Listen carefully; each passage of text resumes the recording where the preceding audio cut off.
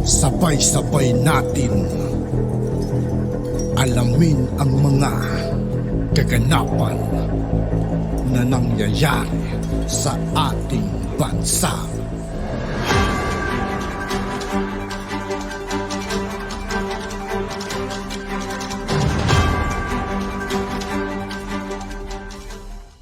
Yo, what's up mga kaibigan? This is I2K po again. Ngayon nandito naman ulit tayo sa channel ni PH News Feed. Dito naman ulit tayo magbibigay ng komento at reaksyon.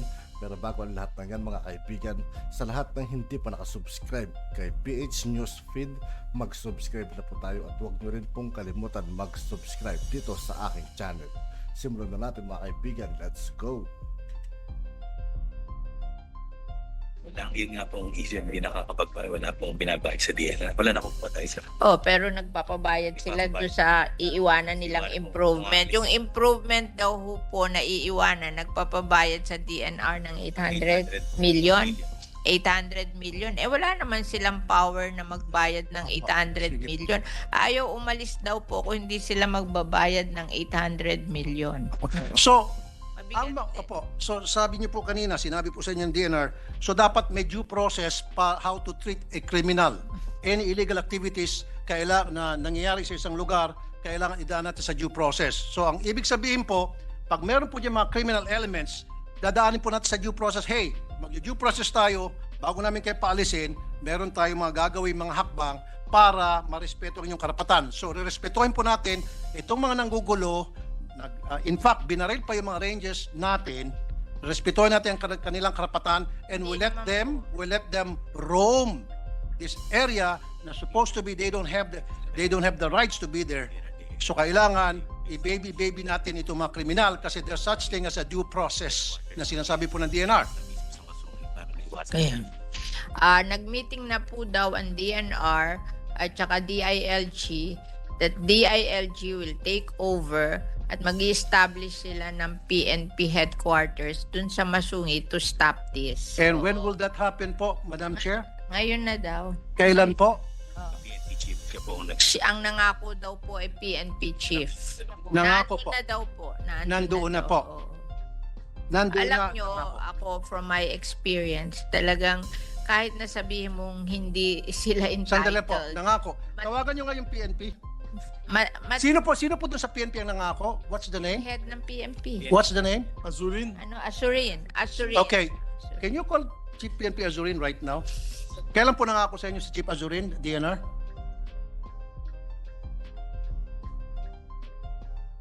At ano po yung pinangako? September 23 Was daw this po. done verbally or written promise? DILG chief sa'yo. Meeting. No, There I need to there know. was a meeting daw between Masungi, DILG, and DNR. Po. Was this in writing? And MOA?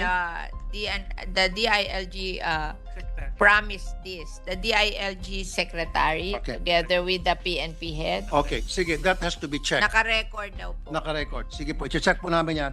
Ang concern po namin, gusto po namin na sana po kung ano po yung napag-usapan talaga masusunod, hindi lang po lip service, kundi they should walk the talk. Alam nyo po, pag nagdi-deal kayo ng mga illegal, hindi como illegal sila, susunod sa inyo. From my experience, talagang you have to,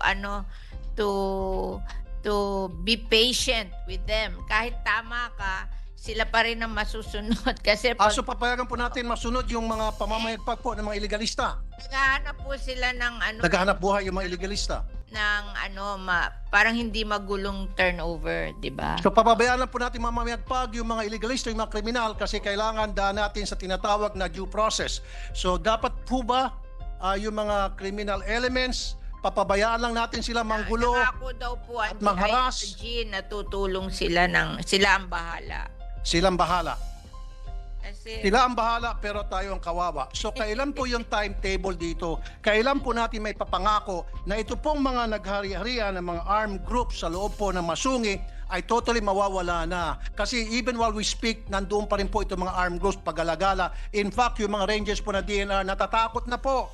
Kasi nga po, paano sila makapaglaban? Ang kanilang mga baril ay pistola at yung mga armed groups na nandoon, mga naka-Armalite, M203 pa. Bakit hindi po tawagan ng Marines? Hindi niyo tawagan ng Army, SWAT?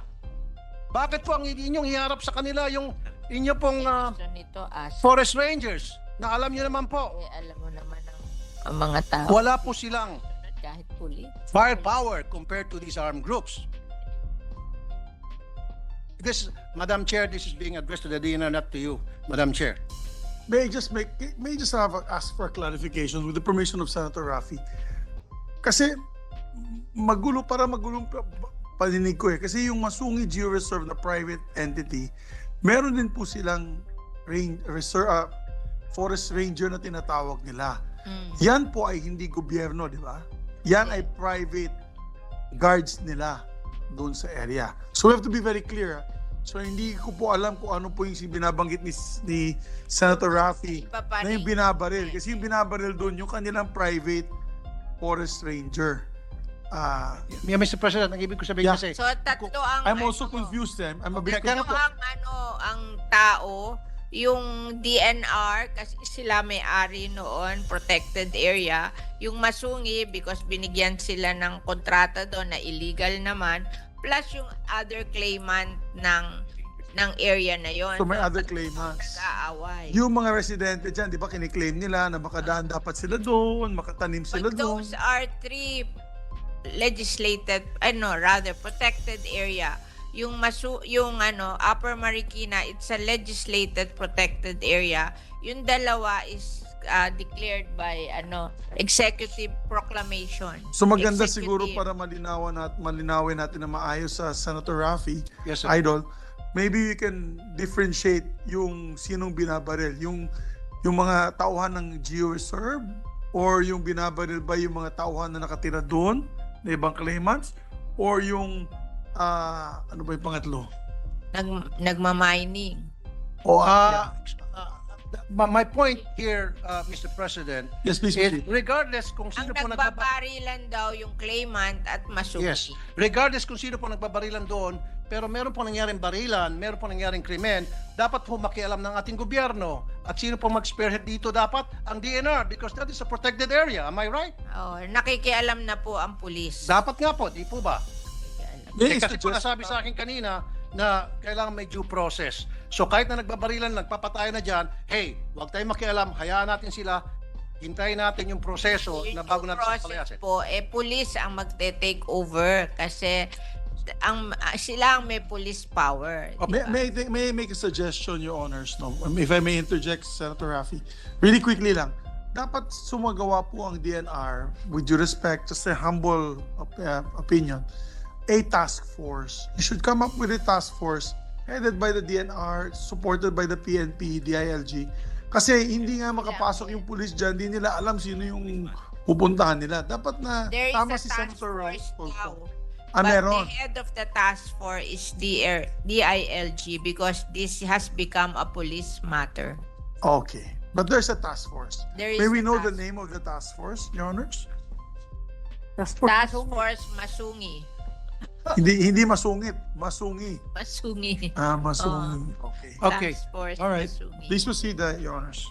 On November 24, 2022, sumulat po itong isang coalition group kay Honorable Maria Antonio Yulo Loizaga, and they are requesting na sana po yung DNR will convene the Masungi Geopark Project an oversight committee para ma-address po yung problema.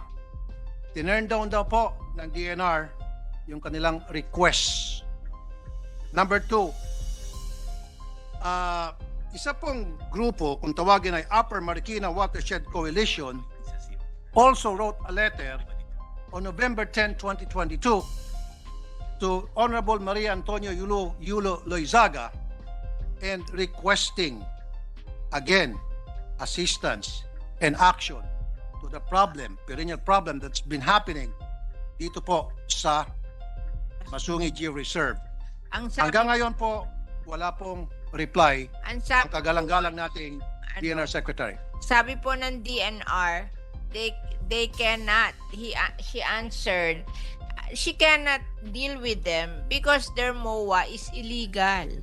Pag ikaw nakideal with them, that means you are honoring the MOA with them when it's illegal. Oo. So, parang mawawala sila ng power na pag sila ay sa kanila, Precisely.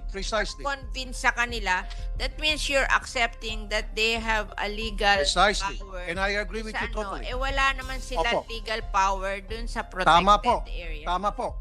We should not deal with criminal elements with illegal people. Sabi niya, Opo. she answered daw in writing. Kaya nga po, tama ho kayo, DNR Secretary, pag illegalista yung tao, wala po silang personality na entertain po, makakatanggap ng pag-entertain mula sa gobyerno. Pero ang request po nila magkaroon ng oversight committee, hindi pabor sa kanila, kundi pabor para sa lahat, para matingnan at matugunan ang problemang nangyari po sa reserved area na yun. Ang gusto daw nilang oversight committee is tungkol dun sa MOA. Illegal daw yung MOA. Paano naman nila i-convene yung oversight committee over an illegal MOA? Naintindihan po natin yan. Pero at least man lang, hindi nyo ho ba sila kinausap o in-entertain para ma-explain sa kanila na sila ay illegalista, na sila ay dapat hindi in-entertain, etc. etc. At least man lang, the DNR should have the decency and courtesy, kahit pa sabihin na sila ay illegal, sasabihin sa kanila na kayo'y mga illegal, therefore we will not entertain you. But there's no such letter that was sent to them as a reply para malaman nila kung saan talaga, where they stand at kung anong status nila sa gobyerno. And can I see that reply that you Leader, can we suspend the rules and ask our DNR secretary to answer the questions para hindi palipat-lipat yung answer from me to her, 'di ba? Tapos na. At yun nga po mga kaibigan, dito po nagtatapos ang ating reaction video.